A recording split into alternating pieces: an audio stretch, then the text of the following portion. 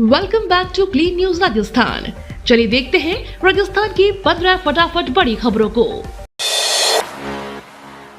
18 नवंबर को जयपुर का 298 स्थापना दिवस।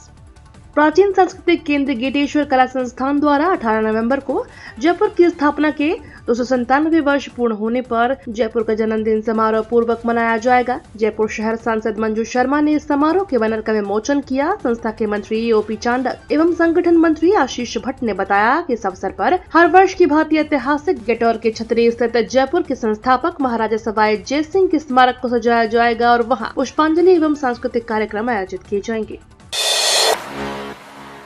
टोंक हिंसा पर पहली बार बोले सचिन पायलट। टोंक जिले में हुई हिंसा पर कांग्रेस नेता सचिन पायलट ने प्रतिक्रिया दी है। उन्होंने पूरे मामले पर सरकार के रवैये पर सवाल उठाए हैं। पायलट ने कहा कि मतदान के दौरान हुई घटनाओं के बाद सरकार का रवैया दिखाता है कि सरकार का कोई नियंत्रण नहीं है। सरकार के पास ऐसी घटनाओं से निपटने के लिए पहले से कोई योजना नहीं थी। उन्होंने कहा कि सरकार ने जिस तरह से नागरिकों पर आक्रमण किया, जिस तरह से पुलिस ने गांव में घुसकर महिलाओं, बच्चों और बुजुर्गों के साथ बर्बरता की, उससे सरकार का चेहरा पता चलता है। पायलट ने राजस्थान सरकार को कटघरे में खड़ा करते हुए कहा कि अगर सरकार का नियंत्रण नहीं है, कानून व्यवस्था बनाए रखने में आपकी रुचि नहीं है, तो इसका खामियाजा जनता क्यों भुगते। उन्होंने कहा कि पूरी घटना के दौरान जिन नागरिकों की निजी संपत्तियों की क्षति हुई है, सरकार को उन्हें मुआवजा देना चाहिए। राजस्थान हाई कोर्ट का बड़ा फैसला। राजस्थान हाई कोर्ट ने SC/ST एक्ट के तहत दर्ज एक मुकदमे में अहम फैसला सुनाया है। हाई कोर्ट ने कुछ शब्दों को जाति सूचक की श्रेणी से हटा दिया है। हाई कोर्ट ने फैसला सुनाते हुए कहा कि भंगी, नीच, भिखारी, मंगनी जैसे शब्द जाति सूचक नहीं है। यह पूरा मामला अतिक्रमण हटाने की कार्रवाई के दौरान विभाग के कार्मिकों से बहस से जुड़ा हुआ है, जिसके बाद मामला कोर्ट तक पहुंच गया। जस्टिस वीरेंद्र कुमार की बेंच ने सुनवाई करते हुए इन शब्दों का इस्तेमाल करने वाले 4 आरोपियों के खिलाफ SC/ST एक्ट की धाराओं को हटा दिया है। राजस्थान के इस यूनिवर्सिटी में अब वेद और उपनिषद की होगी पढ़ाई। नई शिक्षा नीति के तहत शिक्षा के पाठ्यक्रम में लगातार नए नए विषयों को विश्वविद्यालयों से जोड़ा जा रहा है। राजस्थान में भी इसकी शुरुआत हो गई है। राजस्थान के सबसे पुराने और सबसे बड़े विश्वविद्यालय राजस्थान विश्वविद्यालय में अब नई शिक्षा नीति के तहत छात्रों को वेद पढ़ाया जाएगा। इस विश्वविद्यालय में UG और PG के छात्रों को 2 किताबों के साथ वेदों की शिक्षा दी जाएगी, जिसमें विशेष रूप से भारतीय ज्ञान और दर्शन के सिलेबस को शामिल किया गया है। इस नए सिलेबस के तहत छात्रों को दर्शन शास्त्र में अब वेद और उपनिषद के सिलेबस में करपात्री महाराज की किताबें, गोपी गीत और वेद पढ़ाया जाएगा। UGC ला सकती है नई पॉलिसी, 2 साल में कर सकेंगे ग्रेजुएशन। विश्वविद्यालय अनुदान आयोग ने अगले शैक्षणिक सेशन में डिग्री प्रोग्राम के लिए छात्रों को अधिक लचीलापन देने की योजना बनाई है। UGC अध्यक्ष M जगदीश कुमार ने घोषणा की है कि इन 3 सालों की डिग्री कोर्स को 2.5 साल में और 4 साल की डिग्री कोर्स को 3 साल में पूरा करने के विकल्प छात्रों को दिए जाएंगे। जो छात्र अपनी पढ़ाई धीमी गति से पूरी करना चाहते हैं, वे अब 3 साल के कोर्स को 4 साल में पूरा कर सकेंगे। मीडिया रिपोर्ट्स के अनुसार अगर किसी छात्र को ब्रेक की जरूरत है तो वह बीच में कोर्स छोड़कर बाद में से फिर से शुरू कर सकते हैं। जयपुर में जारी है डेंगू और चिकनगुनिया का कहर। बारिश का मौसम खत्म होने के बाद भी सीजनल बीमारियां पीछा नहीं छोड़ रही हैं।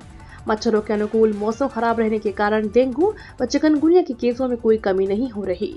इसकी वजह से जयपुर के निजी और सरकारी अस्पतालों में हर दिन 700 से अधिक केस आ रहे हैं। डेंगू व चिकनगुनिया के अलावा निमोनिया ने भी लोगों को परेशान करना शुरू कर दिया है। डॉक्टर्स के अनुसार हर दिन शहर के निजी और सरकारी अस्पतालों में 17 से अधिक निमोनिया के मरीज भर्ती हो रहे हैं। इनमें छोटे बच्चों की संख्या अधिक है। 3 दिवसीय आयुर्वेद कुंभ संयोजन 2024 का आगाज।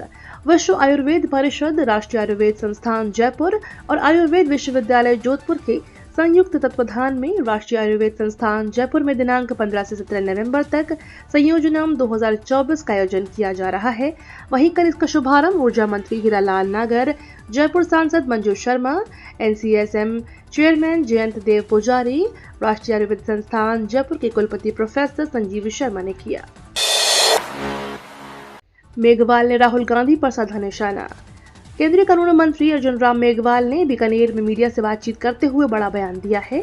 मेघवाल ने राहुल गांधी पर निशाना साधते हुए कहा कि राहुल गांधी ने संविधान नहीं पढ़ा, उन्होंने सिर्फ संविधान लहराया है। गुजरात में मोदी जी के संविधान दिवस मनाया। राहुल गांधी संविधान का अपमान करते हैं और मोदी जी सम्मान करते हैं। वहीं देवली की घटना पर मंत्री ने कहा कि घटना दुखद और निंदनीय है। अपराधी छूटेगा नहीं, सजा मिलेगी।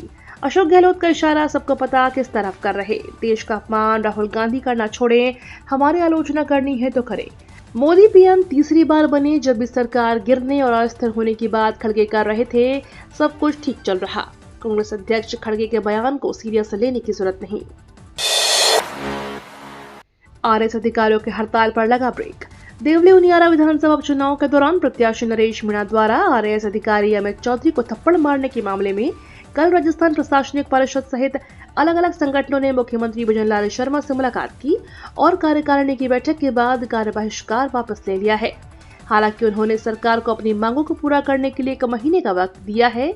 राज्य सरकार 1 महीने में उनकी मांगों को नहीं मानती है तो फिर 16 दिसंबर से कार्य बहिष्कार शुरू होगा। खासतौर पर गवर्नमेंट ऑफिशियल प्रोटेक्शन एक्ट को लागू करने और अधिकारियों को सुरक्षा के मद्देनजर गनमैन उपलब्ध कराने की मांग है। नरेश मीणा की कोर्ट में हुई पेशी। एसडीएम को थप्पड़ मारने के आरोपी नरेश मीणा की गिरफ्तारी के बाद शुक्रवार 15 नवंबर को निवाई कोर्ट में वीडियो कॉन्फ्रेंसिंग के जरिए पेशी हुई। कोर्ट ने नरेश मीणा को भेजा न्यायिक हिरासत में भेजने के आदेश दिए हैं। नरेश मीणा अगले 14 दिनों तक न्यायिक हिरासत में रहेगा। इस दौरान पुलिस उससे घटना के संबंध में पूछताछ करेगी। जयपुर पर कोटा में बम की धमकी से मचा हड़कंप। जयपुर में बम की धमकी से हड़कंप मच गया है। किसी अज्ञात व्यक्ति ने जयपुर में परकोटा में बम होने की सूचना पुलिस कंट्रोल रूम को दी। छोटी चौपड़ और बड़ी चौपड़ पर बम रखे होने की सूचना दी है। इस धमकी भरे कॉल के बाद पुलिस ने सर्च ऑपरेशन चलाया। हालांकि सर्च के दौरान विस्फोटक नहीं मिला। पुलिस फोन नंबर के आधार पर झूठी सूचना देने वाले आरोपी की तलाश में जुटी है। अक्टूबर महीने के अंत तक देश भर में 400 फ्लाइट को बम से उड़ाने की धमकी दी जा चुकी थी। हालांकि इनमें से कोई भी सूचना सही नहीं पाई गई। वहीं जयपुर और जोधपुर में उड़ान भरने वाली फ्लाइट को बम से उड़ाने की भी लगातार धमकी दी जा रही है। किरोड़ी ने की न्यायिक जांच की मांग। टोंक जिले के देवली उनियारा सीट पर उपचुनाव के मतदान के दौरान थप्पड़ कांड और निर्दलीय प्रत्याशी नरेश मीणा की गिरफ्तारी के बाद हुए बवाल को लेकर शुक्रवार को सरकार इस्तीफा दे चुके मंत्री किरोड़ी लाल मीणा ने समरावता गांव के प्रतिनिधि मंडल के साथ गृह राज्य मंत्री जवाहर सिंह बीड़म से मुलाकात की। इस मुलाकात के बाद ग्रामीणों ने बवाल और उपद्रव के गांव के लोगों को शामिल होने से इनकार किया और पुलिस पर गंभीर आरोप लगाए। किरोड़ी लाल मीणा ने भी समरावता गांव में पुलिस पर टारगेटेड कार्रवाई करने का आरोप लगाया है। उन्होंने इसे पूरे घटनाक्रम की न्यायिक जांच करवाने, दोषियों पर कड़ी कार्रवाई करने और निर्दोष लोगों को छोड़ने की मांग रखी है। बिना परीक्षाएं पाए सरकारी नौकरी। ऑर्डिनेंस फैक्ट्री मेडक में कई पदों पर भर्तियां निकली हैं। कुल 86 पदों पर वैकेंसी है, जिसके लिए 30 नवंबर तक आवेदन होंगे। ऐसे में अगर आप इन भर्तियों के लिए अप्लाई करना चाहते हैं तो इस तारीख तक आवेदन कर सकते हैं। इसके बाद इन पदों के लिए अप्लाई नहीं किया जा सकता। 17 नवंबर से बढ़ेगी सर्दी। राजस्थान में इसी सप्ताह मौसम का मिजाज बदलने वाला है। मौसम विभाग के अनुसार 17 नवंबर से प्रदेश के मौसम में बदलाव होगा। ज्यादातर इलाकों में न्यूनतम तापमान में 3 डिग्री तक की गिरावट आएगी। हिल स्टेशन माउंट आबू में न्यूनतम तापमान 9 डिग्री पहुंच गया है। वहीं फतेहपुर और सिरोही में भी तापमान तेजी से कम हो रहा है। नए पश्चिमी विक्षोभ का साइक्लोनिक सर्कुलेशन अभी भी उत्तरी अफगानिस्तान और पाकिस्तान में समुद्री तह से 3.1 किलोमीटर ऊपर बना हुआ है। इसके प्रभाव से आने वाले दिनों में राजस्थान के मौसम में तेज बदलाव देखने को मिलेगा। उत्तराखंड में बड़ा हादसा। राजस्थान के 50 तीर्थयात्रियों से भरी बस हुई दुर्घटनाग्रस्त। उत्तराखंड के हरिद्वार जिले में एक और बड़ा हादसा हो गया। हरिद्वार लक्सर रोड पर राजस्थान की प्राइवेट बस पेड़ से टकरा गई। हादसे के वक्त बस में राजस्थान के 50 से ज्यादा तीर्थयात्री सवार थे। हादसे की जानकारी मिलते ही पुलिस भी मौके पर पहुंची और घायल यात्रियों को अस्पताल में भर्ती कराया गया। गंभीर रूप से घायल 2 तीर्थयात्रियों को लक्सर CHC से हायर सेंटर रेफर किया गया है। ये तो थी राजस्थान की बड़ी खबरें। रोजाना सबसे पहले अपडेट पाने के लिए क्लीन न्यूज राजस्थान को अभी सब्सक्राइब करें।